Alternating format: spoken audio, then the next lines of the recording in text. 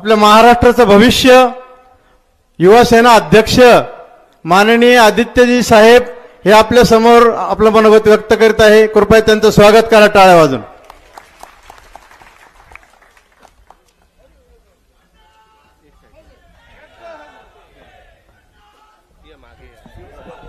जय महाराष्ट्र। जेव्हा जेव्हा महाराष्ट्रात कधी दौरा लागतो आणि ह्या मतदारसंघात यायचं असतं की मला बरं वाटतं, असं वाटतं की मी एका ओळखीच्या जागी आलेलो आहे। गेल्या 2 वर्षात मला वाटतं नांदगावमध्ये गणेशजी किती वेळा आलो असेल मी? 5 ते 6 वेळा आलोच असेल।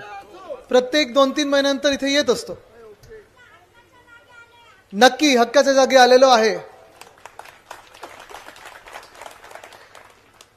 आणि सीट जिंकणं हे मला माहिती आहे। नुसतं तुमचं प्रेम आणि आशीर्वाद घ्यायला आलेलो आहे। खरं म्हटलं तर आज आपण पाहतोय निवडणुकीचे वारे वाहू लागलेले संपूर्ण महाराष्ट्रामध्ये आणि आपण ह्या दुपारी इथे मोठ्या संख्येत आलेला आहात। मी सहज विचारत होतो की आपण ह्या बाजूला का आज कुठच्या सर्कलमध्ये सभा घेत आहोत आणि त्यांनी मला सांगितलं इथे घेणं गरजेचं आहे। एक कारण अर्थात निष्ठावंत लोक आहेत, आपल्यावर प्रेम करणारी लोक आहेत, जनता इकडची स्थानिक गणेश भाऊं बरोबर आहे।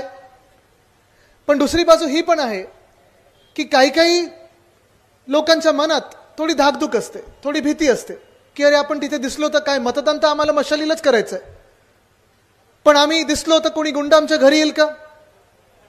जे गद्दार आहेत ते घरी येतील का? जे दुसरे उभे राहिले ते घरी येईल का? मी आज त्या गद्दाराला सांगत आहे आणि कोणी जे इथे गुंडगर्दी करणार असतील त्यांना सांगत आहेत, पुढचे 10-12 दिवस निवडणुकीचे आहेत आणि त्यानंतर देखील सत्ता आमचीच येणार आहे। जर इथे त्या दोघांनी कुठच्याही गुंडांनी एका व्यक्तीला जरी हात लावला तर याद राखा, बर्फाच्या लादीवर झोपवायला मी तुम्हाला इथे येईन, झोपल्याशिवाय राहणार नाही। ही जी मस्ती असते ना ही त्यांनी घरात दाखवावी स्वतःच्या, पण आमच्या जनतेत दाखवू नाही। कोणी स्वतःला किती मोठं समजलं, 100 कोटी दाखतोय, कोणी 200 कोटी दाखतोय, कोण कुठून बाहेरून गुंड आणतोय। ठीक आहे, काही काही दिवस लोक सहन करतात, पण एक याद राखा, जे तुम्ही मोठे झालेला आहात, जे स्वतःची कॉलर टाईट करून फिरत आहात, ते ह्या जनतेच्या आशीर्वादामुळे फिरतात। या दिवशी जेव्हा जनता ठरवेल तुम्हाला खालती खेचायचं तर रस्त्यावर तोडवण्याशिवाय जनता तुम्हाला राहणार नाही। आणि मी तुम्हाला खरोखर सांगतो, हे आपण ठरवलेलं आहे की आपलं सरकार आल्यानंतर या गेल्या 2 वर्षात स्थानिक जनतेवर अन्याय केला असेल, कोणावरही आवाज चढवला असेल, त्यांना त्यांच्याच भाषेत आपण उत्तर देणार, सरकारी उत्तर देऊ। पोलिसांची काठी बसेल ज्यांना तिथे बसायची त्यांना, पण तिथे मशाल पण जिथे चटके द्यायचे तुम्हाला तिथे चटके दिल्याशिवाय मी राहणार नाही, हे तुम्हाला सांगतो मी।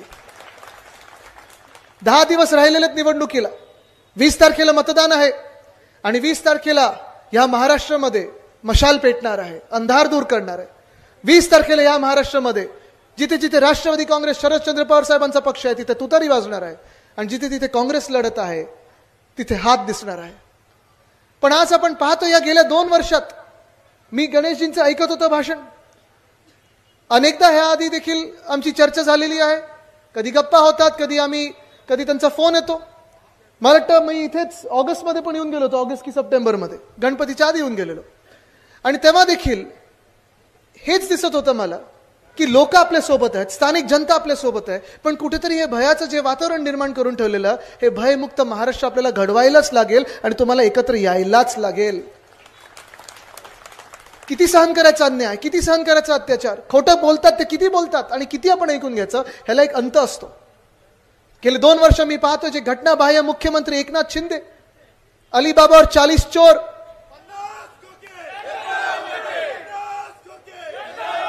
त्यांना आता 9 टोके करायचंय, पण हे जे 50 खोके घेऊन पळालेले लोक आहेत यांना मोठं कोणी केलं होतं?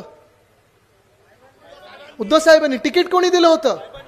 राजकीय ओळख कोणी दिली होती? सामाजिक ओळख कोणी दिली होती? इथे निवडून कोणी आणलं होतं? तुम्ही सगळ्यांनी निवडून आणलेलं, आणि मग तुमच्याच डोक्यावर बसतात, तुम्हालाच मस्ती दाखवतात, तुमच्यावरच आवाज चढवतात। हे चालणार नाही। आणि म्हणून आज आपण पाहतो जे मतदान होणार आहे ते एका बाजूनी महाविकास आघाडीचं सरकार येण्यासारखं मतदान होणार आहे, बहुमताचं सरकार आपलं येणार आहे. गेले 2 वर्ष आपण संपूर्ण महाराष्ट्रात पाहतो जेव्हा जेव्हा शेतकऱ्यांवर अन्याय झालेला आहे, कधी आपत्ती आली, आणि अन्याय नुसतं मी जेव्हा बोलतो तेव्हा पर्यावरणाचं नाही, तर सरकारकडून पण जो अन्याय झालेला आहे, ह्या राजवटीकडून जो अन्याय झालेला आहे, भाजपकडून जो अन्याय झाला आहे, तो कितीतरी प्रचंड झालेला आहे. अनेक वेळा हे मी विषय मांडलेले आहेत, पण तुम्हाला एवढीच पुन्हा एकदा आठवण करून द्यायला आलोय की आपल्या काळात काय होतं आणि येणारा जो काळ आपला आहे, आपला म्हणजे फक्त आमचा नाही, तुमचा, आमचा, सर्वांचा, महाराष्ट्राचा जो काळ आहे, आपण शेतकरी बांधवांसाठी काय करणार आहोत. जेव्हा आपल्याला आठवत असेल उद्धव साहेबांचं सरकार बनलं, उद्धव साहेब जेव्हा मुख्यमंत्री झाले 2019ला महाविकास आघाडीचं सरकार आलं, तेव्हा त्या सरकारने पहिला निर्णय जो घेतला होता तो कर्जमुक्तीचा निर्णय घेतला होता. बरोबर ना? 2 लाखापर्यंत ज्या शेतकऱ्यांची ह्या महाराष्ट्रात कर्ज होती ती कर्ज मुक्त करून दाखवली. हे असं सरकार आपलं होतं आणि तेही एका बोटावर आपण करून दाखवलं होतं. कुठेही जास्ती बॅनरबाजी नाही, होर्डिंग नाही. हल्ली काय 1500 रुपये कोणी दिले की देवा भाऊ सुरू होतं. मग दादांना आठवतं की मुख्यमंत्र्यांचं नावच नाही टाकायचं. मुख्यमंत्री बोलतात मला 2 हाफ सीएम नको, आणि देतात किती महिलांना? 1500. म्हणजे तुम्ही विचार करा, 1500 आज देत आहेत, 2014ला हे किती देणार होते? 15 लाख ना. म्हणजे तुम्ही विचार करा, आज तुम्ही 2014 मध्ये विचार करा, आणि मग भाजप तुम्हाला सांगते इथे प्रत्येकाला, फक्त महिलांना नाही, प्रत्येकाला 15 लाख देणार होते. आता डोळे मिटा 1 मिनिट आणि पुन्हा एकदा उघडा. आता समजा तुम्ही आता खरोखर जे आहात 2024 मध्ये, किती शून्य काढले आणि 15 लाख मधून?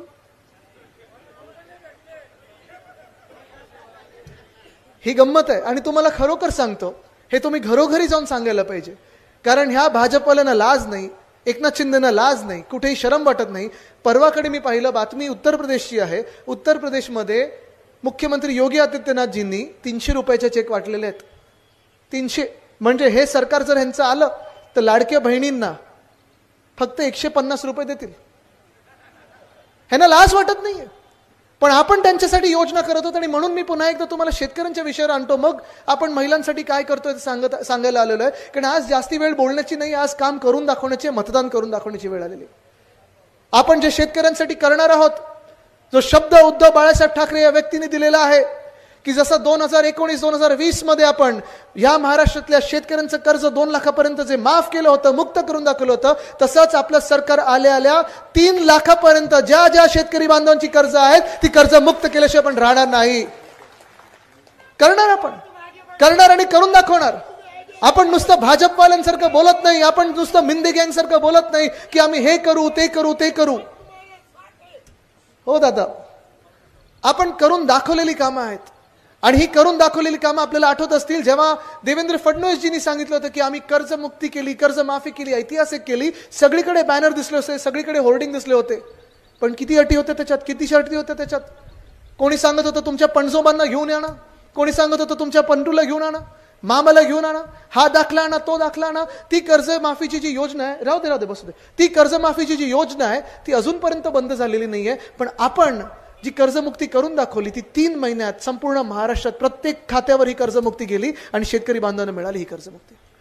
तसंच आपल्या काळात आपण जेव्हा जेव्हा पाहिलं या शेतकऱ्यांवर कुठेही काही आपत्ती आली, मग गारपीट झाली असेल, कधी सततचा पाऊस लागला असेल, कधी अवकाळी पाऊस झाला असेल, कधी दुष्काळ आला असेल, कोविडचा काळ होता आणि कोविडच्या काळात देखील जेव्हा अर्थचक्र बंद पडलं होतं तेव्हा आपण, आपले मंत्री असतील, आपले सगळे पूर्ण शासन असेल, प्रशासन असेल, आपल्या गावोगावी यायचे, शेतकऱ्यांची विचारपूस करायचे. आणि नुसतं विचारपूस नाही तर आपण धूळफेक न करता जी गरज आहे तेवढी मदत करण्याचा प्रयत्न केला. कदाचित थोडी झाली असेल, कदाचित जास्ती झाली असेल, पण आत्ताच्या ह्या गेल्या 2 वर्षात मी तुम्हाला विचारते, कारण अनेकदा मी इथे आलेलो आहे, पलीकडे वैजापूरमध्ये असेल, छत्रपती संभाजीनगर जिल्ह्यात असेल, कधी नाशिक जिल्ह्यात असेल, जेव्हा जेव्हा गारपीट झाली असेल, कधी अवकाळी पाऊस झाला असेल, पाणी तुंबलं असेल शेतात, जेव्हा आपल्या पिकाचं नुकसान होतं, तुम्ही मला सांगा, कोणीही तरी मला सांगा इथे की आपल्या महाराष्ट्रातून कृषी मंत्री आपले कधी आपल्या बांधावर आलेत? पाहिलं? नाव काय जरा सांगा, कोण कृषी मंत्र्याचं नाव काय? 5 वर्षापूर्वी, 2.5 वर्षापूर्वी होते ते. आता कोण आहेत? अब्दुल गद्दार नाही, ते पण पूर्वीचे आहेत. आत्ताचे कोण आहेत? बघा काय हालत. कुणालजी अजून ह्या महाराष्ट्रामध्ये जेवढं महत्वाचं आपलं शेतकरी आहेत, आपली भावना ही होती, उद्धव साहेबांची भावना ही होती की अन्नदाता देवो भव. प्रत्येक शेतकऱ्याला ह्या महाराष्ट्रामध्ये माहिती होतं की कुठेही काही आपत्ती आली, नुसतं हाक मारली उद्धव बाळासाहेब ठाकरेंना तर त्यांचं सरकार माझ्या मदतीला येतं. असं ह्या सरकारमध्ये कृषी मंत्रीच कोणी माहिती नाही, ही परिस्थिती आज महाराष्ट्र सरकारची झालेली आहे, भाजप आणि एकनाथ शिंदेची झालेली आहे. तुम्ही विचार करा किती भयानक हे सरकार असेल. जर आपल्या शेतकरी बांधवांना त्यांच्या खात्याचा मंत्री माहिती नसेल म्हणजे तो मंत्री किती निकम्मा असेल हा तुम्ही विचार करा, किती निष्क्रिय असेल तुम्ही विचार करा. आज आपण पाहतोय, मी तुम्हाला शब्द देतोय की जेव्हा आपलं सरकार पुन्हा एकदा येईल त्याच सरकारमध्ये कुटुंब प्रमुख म्हणून उद्धव बाळासाहेब ठाकरे हे शेतकऱ्यांची व्यक्ती म्हणून, शेतकऱ्यांचा माणूस म्हणून तिथे बसला असेल. आणि हेच तुम्हाला सांगायला आलोय मी की जसं 3 लाखापर्यंत जे कर्ज आहे ते आपण मुक्त करणार आहोत, जे नियमित परतफेड करणारे आहेत, लोन भरणारे आहेत, त्यांच्यासाठी आपण 50,000 रुपयाचं आपण प्रोत्साहन भत्ता देखील सुरू करणार आहोत. करणार, आपण करून दाखवणार. हे नुसतं काय आपण बोलत नाही तर करून दाखवतो. आज परिस्थिती माहिती, कदाचित तुम्हाला वाटत असेल की रे हा काय आदित्य, हा शहरातला मुलगा आहे, ह्याला काय शेतीचं माहिती आहे, शहरात शेती कुठे होते, मला कदाचित शेतीचं काही कळत नसेल, पण मला तुमच्या डोळ्यातले अश्रू दिसतात, तुमचं दुःख दिसतं, ते दुःख कळतं मला. आणि एवढंच कळतं की जेव्हा आपल्याला मदतीची गरज असते तेव्हा मला उद्धव बाळासाहेब ठाकरे या व्यक्तीने तुमच्याकडे पाठवलेलं आहे सांगायला की आम्ही तुमच्या सोबत आहोत आणि राहू. कारण हा भाजपचा दुटप्पीपणा जो आहे तो आपल्या लोकांसमोर आणायलाच लागेल. बघा ना, आज आपण पाहतो जेव्हा आपल्या पंजाब मधले असतील शेतकरी, हरियाणामधले शेतकरी असतील, दिल्लीकडे मोर्चा घेऊन गेले, सांगायला गेले की मोदी साहेब आमच्यासाठी काहीतरी करा, तर त्या शेतकऱ्यांना मोदी साहेब भेटले नाहीत, त्यांचे कृषी मंत्री भेटले नाहीत, पण त्यांच्या रस्त्यामध्ये एवढे खिळे ठोकून ठेवले होते, त्या वायरी लावून ठेवल्या होत्या, अश्रुधूर सोडला त्यांच्यावर, गोळीबार केला त्यांच्यावर, त्यांना अर्बन नक्सल बोललं, कोण माओवादी बोललं, कोण आतंकवादी बोललं, पण कोणी शेतकऱ्यांचं जे दुखणं आहे, काय दुःख आहे, काय कशासाठी त्रस्त आहेत हे ऐकून घेण्यासाठी तयार नव्हतं. आज तुम्ही मला सांगा, या गेल्या 2 वर्षामध्ये शेतमालाला कुठे भाव मिळालाय का? मिळालाय कुठे? जे आपलं पिकाचं नुकसान होतं ती नुकसान भरपाई मिळते का? जे पीक आपलं जे आपण लावायचं असतं, बी बियाणं असतं, जे काही खतं असतात, आपले फर्टिलायझर असतं, त्याचं जीएसटी किती हो? परवडतो आपल्याला? परवडू शकतो आपल्याला? मग आज तुम्हाला जसं मी विचारलं की कृषी मंत्री ह्या महाराष्ट्रातले कोण आहेत माहिती नाही, तसं तुम्हाला ह्या राज्यातलं कुठचा तरी नेता, राजकीय नेता जो सरकारमध्ये बसलेला आहे, राजवटीत बसलेला आहे, हा तुम्हाला तुमचा माणूस हे काय? हा ठीक आहे, हे तडीपार त्यांनाच करायचं, आता सोडून द्या सगळं हे, आता किंमत नका देऊ या नोटिसांना.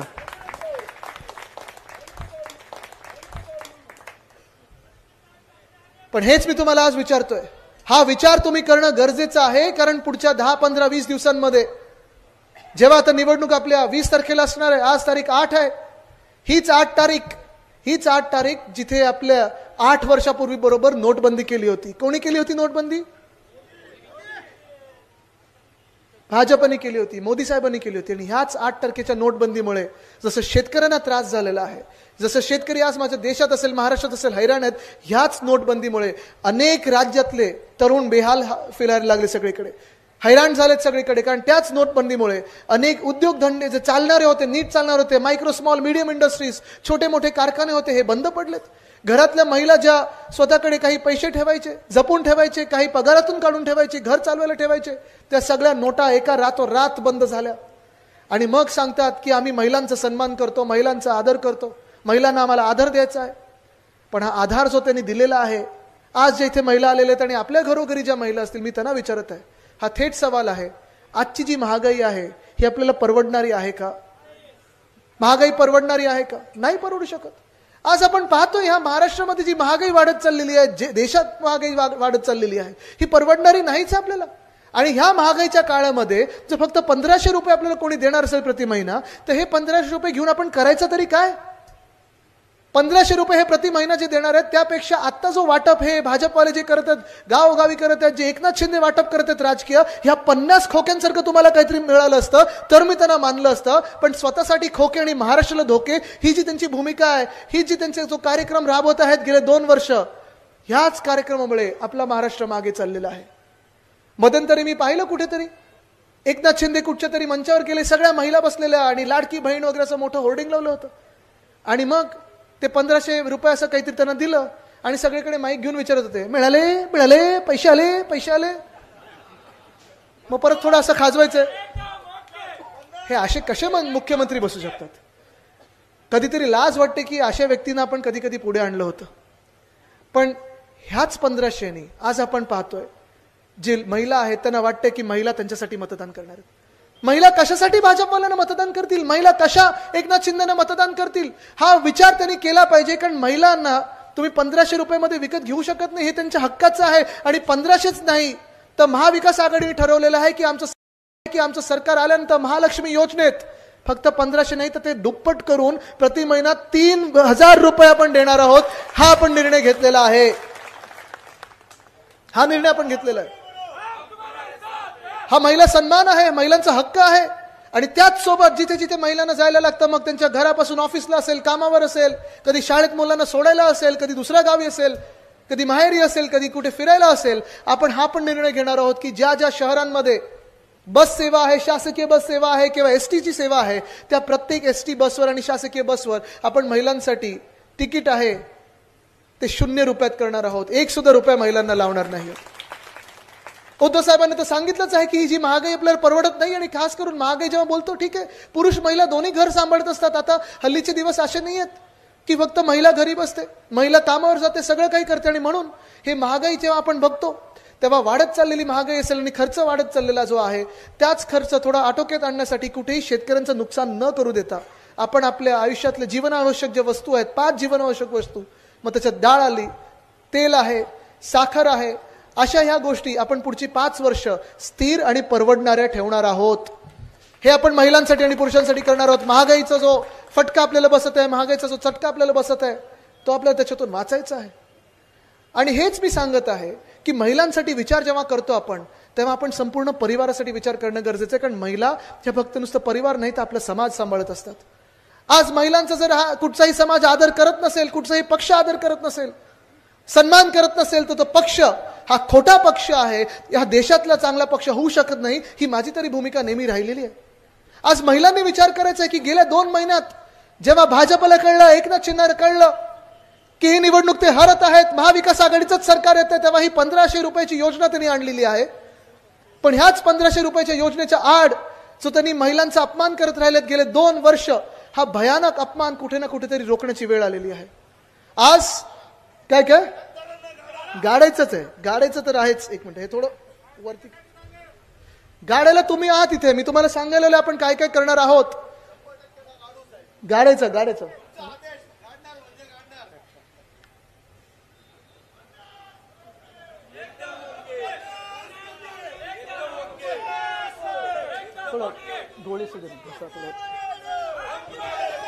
आज तरुणांसाठी जे बेरोजगार तरुण आहेत, आपण विचार केला पाहिजे. ह्या बेरोजगार तरुणांना आपण पाहतो सगळीकडे, बेरोजगार तरुण फिरतोय, गावोगावी फिरतोय, हैराण झालेला आहे, नोकऱ्या मिळत नाहीत. आणि ह्या तरुणांसाठी, माझ्या वयातल्या जे तरुणांसाठी उद्योगधंदे जे होते ते भाजपने कुठे नेले हो? उद्योगधंदे गुजरात. कुठचे जरा सांगू शकाल का? टाटा एअरबस कुठे नेला? गुजरातला नेला. वेदांता फॉक्सकॉन कुठे नेला? बल ड्रग पार्क कुठे नेला? मेडिकल डिव्हाइस पार्क कुठे नेला? हे सगळं जेव्हा गुजरातला नेलं, तेव्हा परवाकडेच मोदी साहेबांनी बडोदरामध्ये एक रोड शो काढला, बरोड्यामध्ये एक रोड शो काढला. पाहिलं तुम्ही तिथे? शिंदे जाणारच आहेत, ते तिकडचेच आहेत मुळात. आपले महाराष्ट्राचे मुख्यमंत्रीच नाही, ते गुजरातचेच मुख्यमंत्री आहेत. पण तुम्हाला सांगतो, आज जे तरुण इथे आहेत, जे बेरोजगार आहेत, त्यांना आपण तर ठरवलेलं आहे की जे बेरोजगार तरुण आहेत त्यांना प्रत्येक महिन्याला आपण 4000 रुपये देणार, म्हणजे देणारच बेरोजगारी भत्ता म्हणून. पण फक्त तिथे थांबणार नाही, त्याच्या पुढे जाऊन जो पायाभूत प्रश्न असतो आपला की शिक्षण मिळवायचं कसं.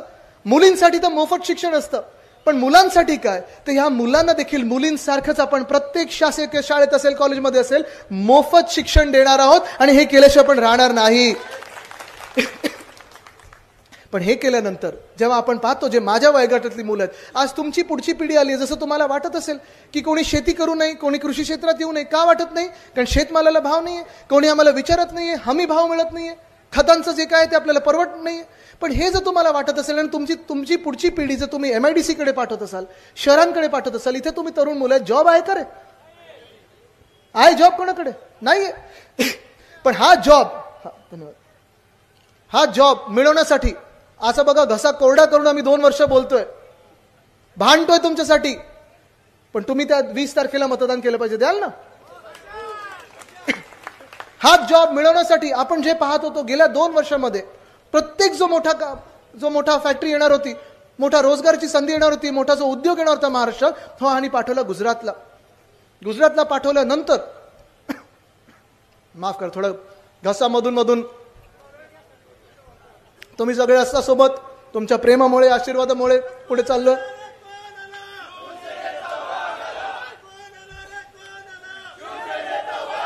ह्या ज्या 2 वर्षातला आपण पाहिलेलं आहे, प्रत्येक मोठी फॅक्टरी असेल, प्रत्येक मोठा रोजगार असेल, हा पाठवला त्यांनी गुजरातला. आपल्या काळी, महाविकास आघाडीच्या काळी उद्धव बाळासाहेब ठाकरे हे मुख्यमंत्री असताना तुम्हाला आठवत असेल, आपलं जे सरकार होतं, शिवसेना, राष्ट्रवादी काँग्रेस, इतर मित्र पक्ष, ह्या सरकारमध्ये महाविकास आघाडीच्या काळामध्ये कोविडचं सगळा काळ असताना, अर्थचक्र बंद पडलं असताना मॅग्नेटिक महाराष्ट्र हा कार्यक्रम आपण घेत होतो. आणि ह्या कार्यक्रमामुळे संपूर्ण महाराष्ट्रात आपण 6.5 लाख कोटीची गुंतवणूक आपल्या राज्यात अभिमानाने आणू शकलो. याचं कारण एकच होतं. ते कारण म्हणजे सगळीकडे आपण पाहत होतो, जिथे जिथे उद्योगपती आहेत ते सांगायचे की आम्हाला एका व्यक्तीवर विश्वास आहे, त्या व्यक्तीचं नाव उद्धव बाळासाहेब ठाकरे. आणि आम्ही त्यांना हेच सांगितलं होतं, कधी आम्ही तुम्हाला सांगणार नाही की ह्याच जिल्ह्यात जा किंवा त्याच जिल्ह्यात जा. आम्ही तुम्हाला कधी सांगणार नाही की ह्याच लोकांना नोकरी द्या किंवा त्याच लोकांना नोकरी द्या. या महाराष्ट्रात कुठेही कुठच्या उद्योगाला जायचं असेल तर संपूर्ण महाराष्ट्र आपला आहे. प्रत्येक जिल्ह्यात जायचं असेल तिथे जा, पण स्थानिक भूमिपुत्रांना न्याय द्या आणि तिकडच्या भूमिपुत्रांना तुम्हाला नोकरी द्यावीच लागेल, ही आपली भूमिका होती. पण ह्याच्यावरच विश्वास ठेवला त्या उद्योगपत्यांनी आणि आले आपल्या महाराष्ट्रामध्ये 6.5 लाख कोटीची गुंतवणूक केली. जर आपलं सरकार असतं तर हा वेदांता फॉक्सकॉनचा जो प्रकल्प होता 2.25 लाख कोटीचा, हा देखील महाराष्ट्रातच आला असता. या महाराष्ट्रातल्या 1 लाख तरुणींना रोजगार मिळाला असता. ह्या महाराष्ट्रातल्या तरुणींना त्याच्या अँसिलरी इंडस्ट्रीज आहेत तिथे रोजगार मिळाला असता. पण नाही, जेव्हा भाजपचं सरकार आलं, जेव्हा एकनाथ शिंदेचं सरकार आलं, हेच वेदांता फॉक्सकॉनवाले, ह्यांची भेट झाली देवेंद्र फडणवीस साहेबांसोबत आणि तिसऱ्या दिवशी हे निघून गेले गुजरातला. प्रश्न असा पडतो, तुम्ही जी इथे सत्ता हासिल केली, जी प्राप्त केली, जे आमचं सरकार पाडून तुम्ही सरकार बनवलं, स्वतःचं राजवट बनवली, अवकाळी सरकार आमच्या डोक्यावर बसवलं, कोणासाठी बसवलं, कशासाठी बसवलं? आमच्याकडचे जे उद्योगधंदे होते, जे येणाऱ्या नोकऱ्यांच्या संध्या होत्या, तुम्ही का पाठवताय गुजरातला? तुमचं जर वरती इंजिन असेल, बहुमताचं सरकार होतं त्यावेळी, आणि इथे पण तुमचं भाजप प्रणित खोके सरकार होतं, मग हे भाजप प्रणित खोके सरकारनी एक तरी नवा रोजगार इथे महाराष्ट्रात का नाही आणला? हाच प्रश्न जसं मी कृषी मंत्र्यांचं तुम्हाला विचारलं, या महाराष्ट्रातले उद्योग मंत्र्याचं नाव माहितीये का तुम्हाला? काय? बरोबर आहे, त्यांना जरा विचारा डांबराचा धंदा कसा चाललाय, कोणाच ओळखत नाही. पण हेच तुम्हाला सांगतोय, काल परवाकडे तुम्ही जे बोललात ना एअरबस टाटासाठी प्रधानमंत्री महोदयांनी रोड शो काढला होता बरोड्यामध्ये, वडोदरा त्याला बोलतात त्या शहराला. तुम्ही विचार करा, हा एअरबस टाटाचा प्लांट आपल्या महाराष्ट्रात येणार होता. हा एअरबस टाटाचा प्लांट इथे जे तरुण आहेत, जे इंजिनियर होतील, जे एरोनॉटिकल इंजिनियर होतील, जे काही वेगळे डिझायनर होतील, तर त्याच्यात त्यांना नोकरी मिळू शकली असती. पण हाच एअरबस टाटाचा प्लांट ह्याच भाजपाने उचलला आणि त्यांचं सरकार आल्यानंतर नेला कुठे? गुजरातला. तुम्ही निर्लज्जपणे बघा, तुम्ही मस्ती बघा भाजपची किती आहे. आपल्याकडे निवडणुका लागल्यात, भाजपला माहिती आहे की इथे येऊन त्यांना प्रचार करायचा आहे, गावोगावी जायचं आहे, माझ्यासारख्या तरुणांना त्यांना उत्तर द्यायचं आहे, माझ्या वयोगटातल्या तरुणींना त्यांना उत्तर द्यायचं आहे की गेल्या 2 वर्षात एक तरी रोजगाराची संधी का नाही आली, एक तरी नवी नोकरी का नाही आली. आणि हाच भाजप आपल्याकडे निवडणुका लागल्या असताना गुजरातमध्ये रोड शो करतो की बघा महाराष्ट्राचा उद्योग कसा आम्ही खेचून आणला गुजरातमध्ये. मान्य आहे तुम्हाला अशा भाजपला तुम्ही मतदान करू शकाल अशा भाजपला मतदान? नाही करू शकत. पण हीच भाजप आहे ज्यांनी बल्क ड्रग पार्क असेल, ज्यांनी मेडिकल डिव्हाइस पार्क असेल, हे सगळे जवळपास 5 लाख तरुणांचे रोजगाराच्या संध्या आपल्या महाराष्ट्रातून खेचलेल्या आहेत आणि नेल्या आहेत गुजरातला. कदाचित हे सरकार जर चुकून त्यांचं बनलं तर मंत्रालय पण नेतील गुजरातला. आहे तयारी मग कोणाची? इकडचे सगळे तहसील कार्यालयामध्ये हरवले गुजरातला, तेव्हा जायची तिकडे. परवडणार आहे का बसची तिकीट? नाही परवडू शकत. पण हे सरकार नेमकं कोणाचं आहे आज हा प्रश्न पडलेला आहे. जसं आपल्याला या प्रायव्हेट क्षेत्रात नोकऱ्या मिळत नाहीयेत, आज पोलिसांना विचारा तुम्ही, बदली पोस्टिंगसाठी किती पैसे मागतं हे सरकार? स्पर्धा परीक्षा काय घोळ घालून ठेवलं या सरकारने? बेरोजगारीची जी हालत आहे ती एवढी खराब झालेली आहे. महाराष्ट्रामध्ये जर आपण पाहिलं, मुंबई पोलीस भरतीसाठी 17,500 पदांची भरती होती, कॉन्स्टेबलची भरती होती. 17.5 लाख विद्यार्थी तरुणी आलेत महाराष्ट्रभरातून. किती लोकांना जॉब मिळाला माहिती नाही. एअर इंडियाची जेव्हा भरती होती 600 पदांची होती, 25,000 तरुणी आलेत मुंबईमध्ये महाराष्ट्रभरातून, देशभरातून. म्हणजे आज पाहतोय आपण बेरोजगार सगळीकडे फिरतोय. काही रोजगार मिळेल का, रोजगार मिळेल का, नोकरी मिळेल का, रोजगार आपण शोधतो आणि हे सरकार, ही राजवट रोजगार असं काम चाललंय. आणि एका बाजूला हे सगळे हाल होत असताना आपण पाहतो कायदा सुव्यवस्था ह्या राज्यात गृहमंत्री आहेत की नाही हा तर मोठा प्रश्नच पडलेला आहे. माहिती आहे का गृहमंत्र्याचं नाव काय? काय काय ऐकून नाही आलं?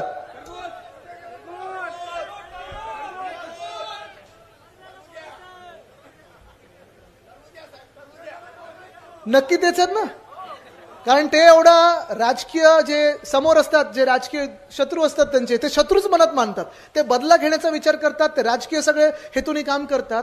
कोणाच्या मागे ईडी लावतात, कोणाच्या मागे आयटी लावतात, कोणाच्या मागे सीबीआय लावतात. पण आज तुम्ही मला सांगा, गेल्या 2 वर्षामध्ये महाराष्ट्रात जी परिस्थिती झालेली आहे, आपल्याला वाटतं तरी एका की या राज्यात गृह खातं आहे? पोलिसांचे हात बांधलेले आहेत, मंत्रालयात जाऊन गुंड रील बनवत आहेत, कधी एपीआयवर कुठच्या गँगचा हल्ला होतोय, कधी महिलांवर अत्याचार वाढत चाललेले. ह्या बदलापूरमध्येच आपण जर पाहिलं तर जी घटना घडली, एवढी भयानक घटना होती, एवढी भयानक घटना होती. एका 3 वर्षाच्या मुलीवर अत्याचार झाला. तो अत्याचार त्या शिंदेनी केला की त्याच्या मागे अजून कोण होता आता तर कधीच कळणार नाही, कारण त्या शिंदेला तर ठार मारून टाकलं. पण त्याला जसं मारलंय तसं तो काय बोलणार होता हे कळणारच नाही आपल्याला. कोण त्याच्या मागे होतं, अजून काही तिथून वेगळं काही चालू होता का हे कधीच कळू शकणार नाही आपल्याला. पण तिथेच वामन म्हात्रे नावाचा एक चिंदीचोर नेता आहे एकनाथ शिंदेचा, त्यांनी एका महिला पत्रकाराला विचारलं की तू का असे एवढे प्रश्न विचारते जसा तुझाच रेप झालाय? असे कोणी प्रश्न विचारू शकते? हे असे जे प्रश्न विचारणारे आहेत हे तुमचे लाडके भाऊ होऊ शकतात का? कधी होऊ शकतात? कधी नाही होऊ शकत. ह्याच एकनाथ शिंदेच्या पक्षाने तिथे जालन्यामध्ये ज्यांनी एका महिला पत्रकाराचा खून केला, गौरी लंकेशचा खून केला, त्या खुन्यांना जेलमधून काढून स्वतःच्या पक्षात प्रवेश करून घेतलाय. हे तुमचे लाडके भाऊ होऊ शकतात का? होऊ शकतात का? नाही होऊ शकत.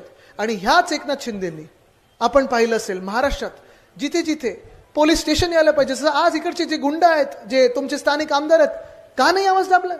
पण ह्याच दादागिरीमुळे असेल, ह्याच गुंडगर्दीमुळे असेल, आपल्या जिल्ह्यामध्ये नवे उद्योग येऊ पाहत नाहीयेत. तुम्हाला ठरवायचं आहे बदल तुम्ही घडवणार आहात की जसं चाललंय हे तुम्हाला मान्य आहे, हे तुम्ही ठरवायचं आहे. तुम्हाला काय पाहिजे? बदल पाहिजे, परिवर्तन पाहिजे की हीच गुंडगर्दी पाहिजे? तुम्हाला काय पाहिजे? बदल पाहिजे, परिवर्तन पाहिजे की हेच नाकर्ते सरकार पाहिजे? तुम्ही ठरवायचं आहे. तुम्हाला बदल पाहिजे, परिवर्तन पाहिजे की हेच गुजरातचं सरकार पाहिजे? तुम्हाला बदल पाहिजे, परिवर्तन पाहिजे, रोजगार पाहिजे, महिला सुरक्षता पाहिजे की हेच भाजप आणि एकनाथ शिंदे पाहिजे? तुम्ही ठरवायचं आहे, तुम्ही निर्णय द्यायचा आहे. बदल पाहिजे असेल तर आपली निशाणी कुठची आहे? आज आपल्याला हा विचार करायचा नाही मतदानाच्या दिवशी. आज आपल्याला हा विचार करायचा नाहीये मतदानाच्या दिवशी की माझी जात कुठची आणि माझा धर्म कुठचा. जात पात धर्म आपला महाराष्ट्रच असला पाहिजे. हेच जर आपण विचार केला, हा विचार जर आपण केला तर आणि तरच पुढे आपण समृद्ध महाराष्ट्र बनवू शकू. आणि महाराष्ट्रात जिथे प्रत्येक जातीला, प्रत्येक धर्माला न्याय मिळेल, त्यांचे न्याय हक्क पूर्ण करू असा महाराष्ट्र जर घडवायचा असेल, प्रत्येक तरुणाला आपल्याला रोजगार द्यायचा असेल, प्रत्येक महिलांना आपल्याला सन्मान द्यायचा असेल, प्रत्येक शेतकरी बांधवाला आपल्याला आधार द्यायचा असेल, धीर द्यायचा असेल, तर आपल्याला मशालीवरच मतदान करायला लागेल. मशालीवर मतदान करायला तुम्ही सगळे तयार आहात का? मशालीवर मतदान करायला तुम्ही सगळे तयार आहात का? गणेश भाऊंना विजयी करण्यासाठी तुम्ही तयार आहात का? आपली निशाणी कुठची? आपली निशाणी कुठची? आपली निशाणी कुठची? गणेशजींचा नंबर कुठचा? V for victory. आपली निशाणी कुठची? धन्यवाद. 20 तारखेला मशालीवर मतदान करा आणि या महाराष्ट्रात परिवर्तन घडवा. धन्यवाद. जय हिंद, जय महाराष्ट्र, वंदे मातरम. भाऊ